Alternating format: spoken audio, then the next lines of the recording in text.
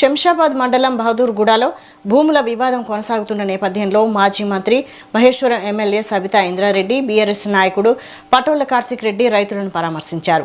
తమ భూములను ప్రభుత్వం అక్రమంగా స్వాధీనం చేసుకుంటోందని ఆరోపించిన మహిళా రైతులు సబితా ఇంద్రారెడ్డి ఎదుట కన్నీటి పర్యంతమయ్యారు. తరతరాలుగా సాగు చేస్తున్న భూములను కాపాడాలని వేడుకున్నారు. రైతుల సమస్యలను తెలుసుకున్న బీఆర్ఎస్ నేతలు వారికి అండగా ఉంటామని హామీ ఇచ్చారు. రైతుల హక్కులను కాపాడాలని ప్రభుత్వాన్ని కోరుతూ భూ సమస్యపై న్యాయపరమైన పరిష్కారం చూపాలని డిమాండ్ చేశారు.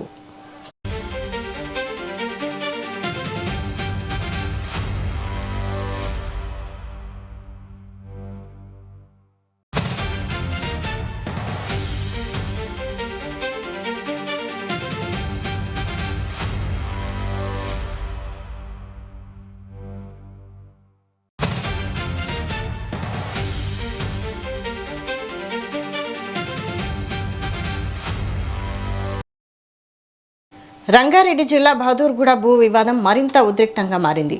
2 రోజులుగా కొనసాగుతున్న రైతుల ఆందోళనల నేపథ్యంలో శంషాబాద్ పోలీసులు కేసులు నమోదు చేశారు.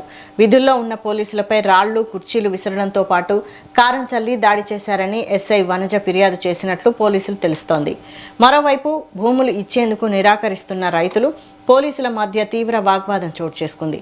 పోలీసుల తీరుపై రైతులు ఆగ్రహం వ్యక్తం చేస్తూ ఆందోళన కొనసాగిస్తున్నారు.